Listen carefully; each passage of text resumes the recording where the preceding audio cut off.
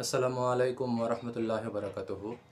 গত কিছুদিন পূর্বে সোহরাওয়ার্দী উদ্যানে খতমে নবুয়ত মহাসম্মেলন অনুষ্ঠিত হয়েছিল। সেই সম্মেলনে বিভিন্ন আলেম ওলামা আহমদে মুসলিম জামাত এবং এর প্রতিষ্ঠাতা মির্জা গোলাম আহমদ সম্পর্কে বিভিন্ন আপত্তি উত্থাপন করেছিলেন। এর মধ্যে একজন আলেম সাহেব হচ্ছেন মৌলানা মোহাম্মদ হোসাইন সাহেব। তিনি মির্জা সাহেব সম্পর্কে বিভিন্ন আপত্তি উত্থাপন করেছেন এবং এই আপত্তি উত্থাপন করতে গিয়ে তিনি যে পুস্তকের বরাত দিয়েছেন সে পুস্তকের নাম হচ্ছে নবুয়ত এবং খেলাফত। সকলের উদ্দেশ্যে বলতে চাই, নবুয়ত এবং খেলাফত মির্জা সাহেবের নিজের লিখিত কোনো পুস্তক নয়। এটি বিভিন্ন এটি চারজন বক্তার একটি সংকলিত বক্তৃতা এবং সেই পুস্তকের বরাত দিয়ে তিনি আপত্তি উত্থাপন করেছেন যে মির্জা সাহেব দাবি করেছেন আল্লাহ তালা আমাকে নবী বলে সম্বোধন করেছেন এবং আমি যদি এই দাবিটি প্রত্যাখ্যান করি তাহলে আমার পাপ হবে। একেবারেই সঠিক, মির্জা সাহেবকে আল্লাহ তালা নবী বলে সম্বোধন করেছেন, কিন্তু কেমন ধরনের নবী বলে সম্বোধন করেছেন এটি সকলের জানা প্রয়োজন।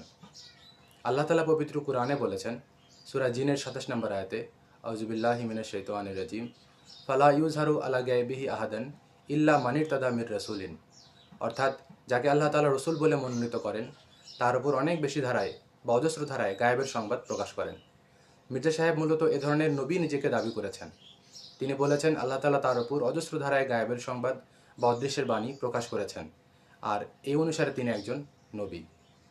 স্পষ্টভাবে বলতে চাই, মির্জা সাহেব কখনোই কোথাও নিজেকে শরীয়তবাহী নবী বা নতুন শরীয়তদাতা নবী হিসাবে নিজের দাবি উপস্থাপন করেননি, বরং তিনি যেখানে নিজেকে নবী বলে দাবি করেছেন সেখানে তিনি নিজেকে একজন পরাধীন নবী বা আনুগত্যের নবী বা শরীয়তবিহীন নবী হিসাবে নিজের দাবি উপস্থাপন করেছেন।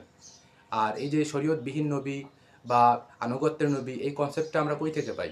এই কনসেপ্টটিও মূলত পবিত্র কোরআন থেকেই নেওয়া, যেখানে আল্লাহ তাআলা সূরা নিসার 70 নম্বরের আয়াতে উল্লেখ করেছেন, আউযুবিল্লাহি মিনাশ শাইতানির রাজিম, ওয়া মা ইউতিল্লাহা ওয়ার রাসূলা ফাউলাইকা মাআল্লাযিনা আনআমা আল্লাহু আলাইহিম মিনান নাবিয়িনা ওয়াস সিদ্দিকিনা ওয়াশ শুহাদায়ে ওয়াস সালিহিন ওয়া হাসুনা উলাইকা রফিকা। অর্থাৎ যারা আল্লাহ তাআলা এবং এই রসুল অর্থাৎ মুহাম্মদ মুস্তাফা সাল্লাল্লাহু আলাইহি সাল্লামের পরিপূর্ণ আনুগত্য করবে তারা 4টি পুরস্কার প্রাপ্ত হবে, অর্থাৎ নবী, সিদ্দিক, শহীদ, সালেদের অন্তর্ভুক্ত হবে।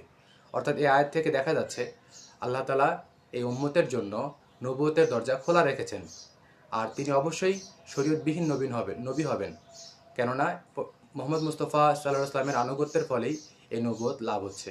আর মির্জা সাহেব একথা স্পষ্টভাবে বলেছেন যে তিনি নতুন কোনো শরীয়ত নিয়ে আসেননি, বরং আল কুরআনই শেষ যুগের কিয়ামতকাল পর্যন্ত একটি স্বীকৃত এবং শরীয়তবাহী কিতাব। এরপরে নতুন কোনো শরীয়তবাহী কিতাব আসবেও না, আসা সম্ভব নয়, এমন কোনো দাবি মির্জা সাহেব করেননি।